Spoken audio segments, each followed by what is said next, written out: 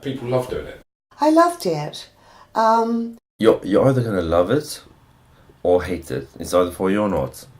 I mean, I know many people who've tried it and failed day one. Dusty Springfield, The Who. I can't even remember all of them. I can't even think of their names at the moment, but all the big ones now. Do you know what? I've had a very privileged upbringing. I was born in Paddington Green in London, in a slum. This was in the days when the prostitutes could be out on the corners, and it made it so much more atmospheric. I had a dream that my calling was escorting, and I just had to do it. Just assessed my life at the time, working on building sites, and I didn't fancy doing that for the rest of my life. One lady, she was ever so nice, but she had MS. My mum was English, and my dad was Irish. Mum was very English, and he was quite Irish. My mother stole all the money I had sent to my dad. 1, 2, and then Mum must have given up sex, I think, because there was no more. We were caught in bed together while she was sitting in the lounge. So that's not, you don't get paid to be shagging on the job, do you? I left school at 15 and went straight to work because there was no suggestion of going on. Two people coming together, having sex, and I was completely level-headed about it. And it's never destroyed me. The whole escorting thing has never actually drawn me in. And I was just out patrolling, and a call came out to an old lady who had been burgled, and it was like a distraction burglary, where someone cons their way into your house, pretends that they're the water board or whatever story they use to come in and then nick your possessions. And my first case was a chap that had come over from the West Indies with a suitcase full of grass. And when they opened it up, it swelled up and they couldn't get it shut again. And it was pretty obvious he was guilty. So we've gone into the jury room and they said, right, hands up, who's guilty? So everyone's put their hand up except me. So they've all looked at me.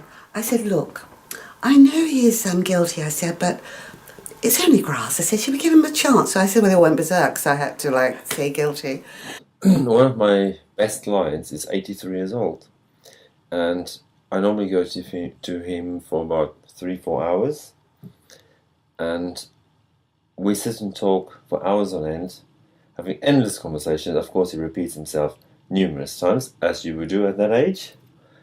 We have fun for about 20 minutes, if that. But it's all about companionship. I think the thought of seeing your first dead body is worse than actually seeing one. Promise me you'll go back to the earth when you go, where me and your mother are. And he said, because when I go, I'll be with her. And my brother said, same one said, give her a break, he said. But you've never had children, have you? So no, I did have one, but it died at birth. There's a young lad who got murdered in his bed. He was asleep. The bad guys were looking for his brother, who was misbehaving, dealing drugs and committing quite serious crimes. And there was a fallout amongst thieves, effectively. And they went looking for the older brother and shot his younger brother with a machine gun while he was asleep in his bed. If you're going to cheat, don't shit on your own doorstep. And so I went on holiday to Greece, and I was lying there on the beach drinking my pina colada, and he called me and he said to me, by the time you get back to London, you'll be a widower. The jury were crying, the family were crying, the QCs were coming out with tears in their eyes, and it was just an emotional result. A few days later, police came knocking on my door and said, oh, we found your partner dead in his flat. It's like, oh, charming. he did. He actually did it. Yeah. He committed suicide. Committed suicide. Some people, they wear the label very proudly, and they will die as an escort, but they just don't realise no one's going to want to pay for them.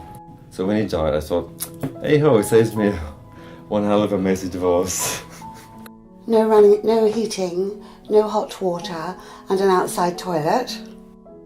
And when I left school, I was an electrician. I got a job in the casino in London, and then was put on to the QE2, dealing blackjack. That was great fun. No, because we were travelling down to the West Indies and things, and one of the directors from the QE2 used to join the ship, and the guys knew that it obviously won one of the women. I wasn't worried because the girls were gorgeous, you know, but when he arrived, they said, keep him happy. You know, how you pick your career or how you end up down a certain career path. All of those posts are voluntary posts. People don't get seconded in to deal with murders. That night we all went out for a drink. Am I allowed to swear? Of course, you can say whatever you like. And after a few drinks he said to me, I'm going to fuck you. Well, the next trip was a world trip, and I thought, here it goes, here goes the world trip. I said, you can fuck off. And that was the end of me.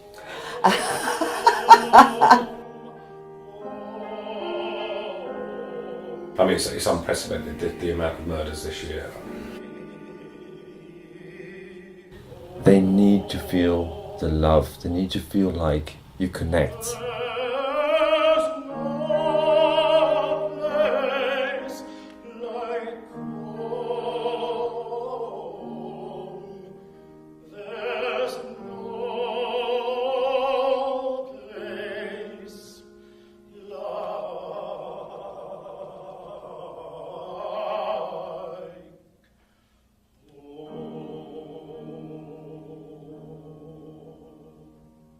Father was totally irresponsible. My mother was amazing, right? She had to be, I guess. And we're standing there, and my elder brother said, we've been left with the cunt.